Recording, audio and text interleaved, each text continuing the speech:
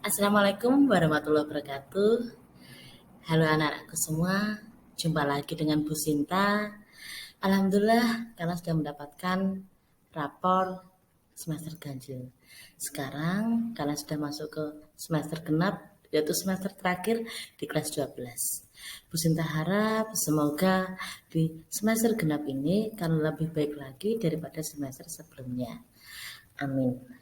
Nah, anak-anakku, kali ini kita akan belajar tentang menyajikan gagasan melalui artikel. Ini adalah materi pertama di semester genap di kelas 12 ya pastinya ya. Nah, untuk kalian ingin tahu apa sih tentang artikel dan apa saja yang berhubungan dengan artikel, kita lihat dulu video yang satu ini ya. Dua warga Indonesia yang positif terinfeksi virus corona disebut telah melakukan kontak dengan warga negara Jepang. Dan warga Jepang ini kini tengah menjalani proses karantina di NN Malaysia. Indonesia Berikut di ini adalah Jepus ya. timeline perjalanan bagaimana warga Jepang dan juga dua warga negara Indonesia yang positif corona ini kemudian bertemu hingga akhirnya tertular virus corona. Kita akan lihat bersama, ini dia. Ini dikutip dari Malaysia Mail, Direktur Jenderal Kesehatan Kementerian Kesehatan Malaysia, Kalian perhatikan Datuk baik-baik Dr. ya. Nur Hisham Abdullah, menyebutkan bahwa warga Jepang yang positif corona memiliki histori perjalanan ke Jepang pada Januari. Kita lihat bersama, ini dia. Pada Januari, warga negara Jepang tersebut pernah atau melakukan perjalanan ke Jepang. Kemudian yang selanjutnya, apa yang terjadi? Selanjutnya kita akan menuju ke 14 Februari karena disinilah ada satu kejadian, ya, di mana warga Jepang ini dan juga salah satu warga Depok yang berusia 31 tahun yang kemudian dinyatakan oleh pemerintah Indonesia hari ini bahwa ia positif terinfeksi virus corona sempat bertemu dan juga menghadiri pesta dansa. Lokasinya saat itu ada di Jakarta. Dan ini berlangsung pada 14 Februari 2020 ya. Dan menurut Menteri Kesehatan Republik Indonesia Terawan Agus Putranto, kedua orang ini memiliki status atau berteman ya statusnya. Oke, selanjutnya kita akan lihat pertemuan atau timeline lainnya. Kita akan menuju ke 17 Februari 2020. Apa yang terjadi kepada warga negara Jepang usai adanya pertemuan pada 14 Februari tersebut? Ternyata warga negara Jepang ini terbang kembali menuju Malaysia dan ia pun diketahui memang sedang bekerja di sana. Pada 17 Februari, ia mulai menunjukkan gejala demam, di mana gejala demam ini merupakan salah satu gejala ya yang didapat atau biasanya dirasakan oleh pasien yang terinfeksi virus corona jenis baru atau COVID-19. Ia pun kemudian mendapatkan pengobatan. Lalu pada 20 Februari yang terjadi adalah ternyata warga negara Jepang ini harus dirawat di rumah sakit swasta di Malaysia. Ada salah satu rumah sakit swasta yang ada di sana dan setelah menjalani tes kesehatan di Malaysia, ternyata akhirnya pada 27 Februari, warga negara Jepang tersebut pun dinyatakan positif menderita atau terdapat virus corona atau COVID-19 di dalam tubuhnya. Setelah itu ia pun diisolasi di rumah sakit yang berlokasi di Kuala Lumpur. Itu tadi perjalanan dari warga negara Jepang yang sempat datang ke Indonesia, kemudian melakukan interaksi dengan warga negara Indonesia yang kemudian diketahui bahwa ia terinfeksi virus corona. Nah, lalu bagaimana dengan perjalanan warga Depok yang sempat kontak dengan warga Jepang ini selama berada di Jakarta? Nah, ini dia. Setelah pertemuan pada 14 Februari yang tadi disampaikan oleh saya, warga Depok ini ternyata baru menunjukkan gejala berupa batuk, sesak nafas, dan juga demam pada 16 Februari. Ini dia. Ia pun setelah merasakan gejala-gejala seperti ini melakukan rawat jalan di salah satu rumah sakit yang berlokasi rawat jalan begitu ya sempat. Jadi dia berobat kemudian juga hanya menuju ke dokter begitu.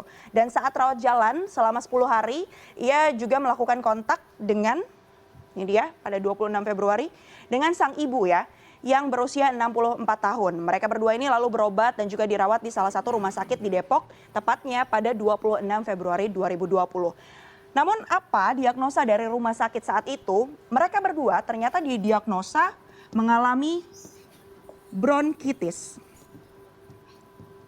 Jadi dengan gejala-gejala yang tadi disebutkan, diantaranya ada mual, batuk, dokter yang ada di sana kemudian diagnosa kedua pasien ini, yakni seorang ibu berusia 64 tahun dan seorang anaknya yang berusia 31 tahun dengan penyakit bronkitis. Lalu yang terjadi pada 28 Februari akhirnya warga Depok ini melakukan kontak melalui telepon begitu. Jadi warga negara Jepang yang tadi sudah terinfeksi positif corona ini menelpon warga Depok. Ia pun menyatakan bahwa ia ternyata positif terinfeksi virus corona. Apa yang dilakukan oleh warga Depok setelahnya? Yang dilakukan setelahnya adalah usai mendengar kabar ini, dua warga Depok itu pun kemudian ibu dan anak ini barulah pindah ke rumah sakit penyakit infeksi Sulianti Saroso, tepatnya pada 29 Februari. Lalu yang dilakukan adalah pada 1 Maret, kemudian kedua pasien ini melakukan tes kesehatan dan juga diambil spesimen untuk kemudian melakukan uji laboratorium terhadap dengan virus corona. Kemudian sampelnya ini pun dikirim ke Litbangkes.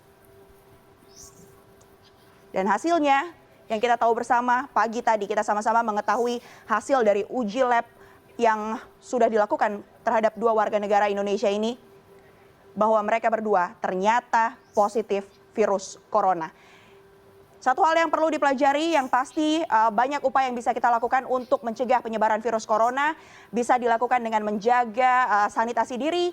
Pastikan Anda selalu mencuci tangan Anda dengan hand sanitizer atau hand sterilizer yang mengandung alkohol. Dan hindari sebisa mungkin untuk kemudian melakukan kontak dari tangan yang terpapar kotoran begitu untuk kemudian memegang muka Anda. Dan juga pemerintah menyarankan untuk menghindari tempat-tempat umum dan juga kontak-kontak yang dirasa tidak perlu. Dua warga Indonesia yang positif terinfeksi virus corona disebut telah melakukan kontak dengan warga. Nah, anak-anakku, itu adalah video tentang suatu berita yang sangat heboh di tahun 2020 dan karena berita tersebut akhirnya masih beruntut sampai sekarang ya. Jadi itu adalah berita tentang kasus corona pertama kali. Nah, kenapa sih Bu Sinta menunjukkan video tersebut ya, video berita tersebut? Karena anak-anak, ketika ada video tersebut, lalu dari situlah akan muncul ya suatu 3 hal yang dapat muncul di media massa. Yang pertama adalah artikel, yang kedua adalah teks editorial, dan yang ketiga adalah surat pembaca. Nah, kemarin itu di semester ganjil kita sudah belajar tentang teks editorial. Nah, sekarang kita akan belajar tentang artikel. Nah, apa sih pengertian artikel itu? Artikel adalah tulisan tentang suatu masalah, termasuk pendapat dan keyakinan penulis terhadap masalah yang disajikan. Artikel bertujuan untuk meyakinkan, mendidik, atau menghibur pembaca. Di dalam artikel juga dapat kalian temukan fakta dan opini. Jadi ketika setelah tadi, contohnya tadi kan berita tadi kan ya, setelah berita tadi itu kan pasti di dalam diri kalian pasti ada suatu pertanyaan. Ya, nah suatu pertanyaan ini kalian dapat tulis dalam bentuk artikel. Kalian pertanyakan misalkan dalam kasus corona ini misalkan beritanya tentang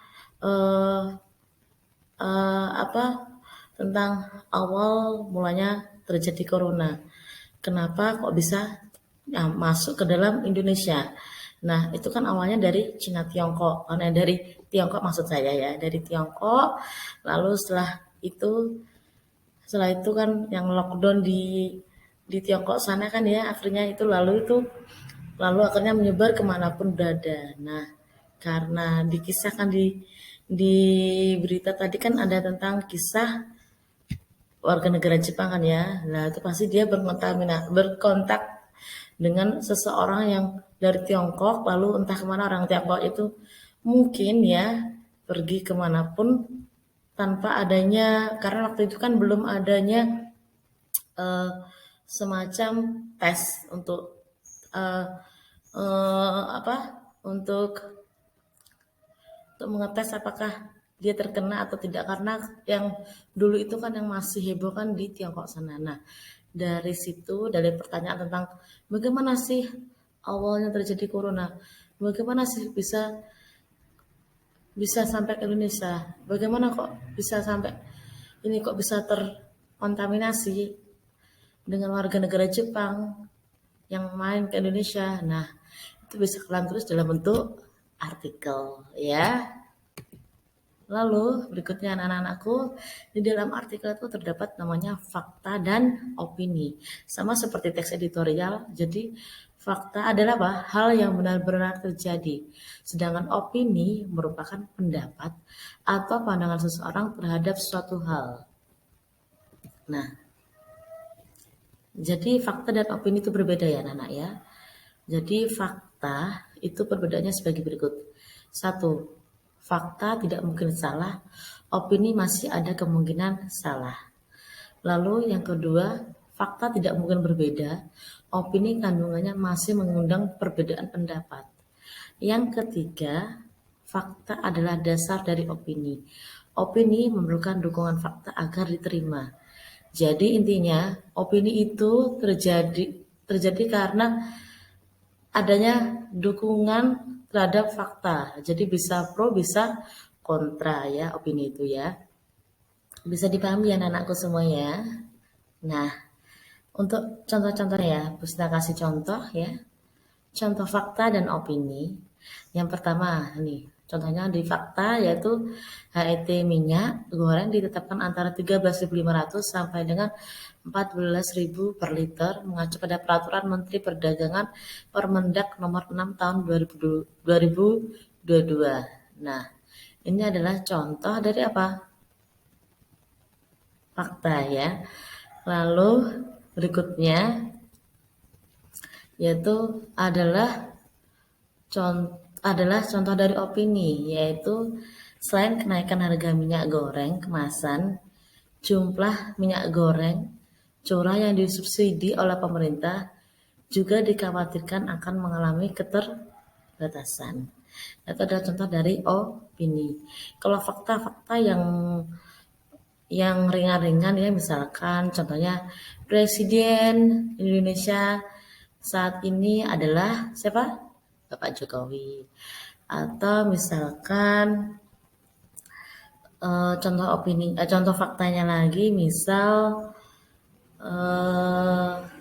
Bapak SBY pernah menjadi Presiden Indonesia ya. Itu adalah contoh dari fakta lagi. Lalu contohnya opini misalkan yang ringan-ringan saja. Misalkan saya berpendapat atau Bu Sita berpendapat kalau makanan itu tidak membuat kegemukan. Itu adalah contoh dari opini ya. Itu adalah contoh fakta dan opini dari Ibu Sinta. Nah, berikutnya lanjut ya anak-anakku semua. Nah, struktur artikel. Struktur artikel ini ya sama seperti dengan teks editorial, sama juga dengan teks eksposisi ya. Yang pertama yaitu adalah pernyataan pendapat, tesis. Terus yang kedua yaitu argumentasi. Terus yang ketiga penegasan ulang pendapat. Nah, pernyataan pendapat atau tesis apa sih? Yaitu berupa pernyataan atau teori yang akan diperkuat oleh argumen. Lalu argumentasi itu apa sih anak-anak? Nah, argumen adalah bentuk alasan atau bukti yang digunakan untuk memperkuat pernyataan tesis ya. Bisa berupa pernyataan umum, data penelitian, lalu ada pernyataan para ahli atau para ahli ya, maaf ya, atau fakta-fakta yang dapat dipercaya. Lalu yang nomor 3 yaitu penegasan ulang tadi ya. Penegasan ulang tadi itu penegasan ulang pendapat ya maksud saya berisi penguatan kembali atas pendapat yang telah ditunjang oleh fakta. Yang ditunjang oleh fakta-fakta dalam bagian apa? Argumentasi. Nah, anak-anakku setelah kalian sudah mengetahui struktur artikel ya, setelah mengetahuinya lalu kalian bisa menulis opini dalam bentuk artikel. Nah, menulis opini dalam bentuk artikel ini ada 3 tahap yang harus diperhatikan. Yang pertama, opini harus dinyatakan lewat kalimat. Terus yang kedua, opini juga dapat dijabarkan lewat paragraf yang lebih panjang.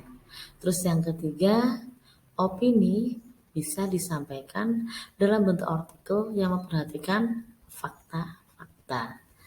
Nah, itu anak-anakku semua tentang tahap-tahap dalam menulis opini di artikel, ya, dalam bentuk artikel. Nah, seperti biasa ya anak-anakku semua, Bu Sinta selalu menyelipkan suatu kata-kata mutiara di akhir pembelajaran ya. Yaitu untuk kata-kata mutiara hari ini yaitu belajar menulis adalah belajar menangkap momen kehidupan dengan penghayatan paling total yang paling mungkin dilakukan oleh manusia. Kata-kata mutiara ini dari Seno Gumira Aji Dharma.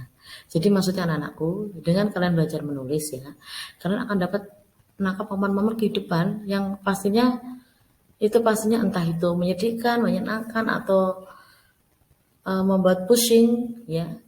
Dapat kalian abadikan dalam bentuk tulisan ya, karena itu adalah jiwa kalian, yaitu penglihatan paling total, yaitu jiwa kalian yang paling bisa dilakukan oleh manusia. Jadi apa yang kalian tulis, apa yang kalian resahkan itu dapat kalian tuangkan dalam bentuk tulisan. Ya, begitu anak-anakku semua. Setelah ini kalian akan mendapatkan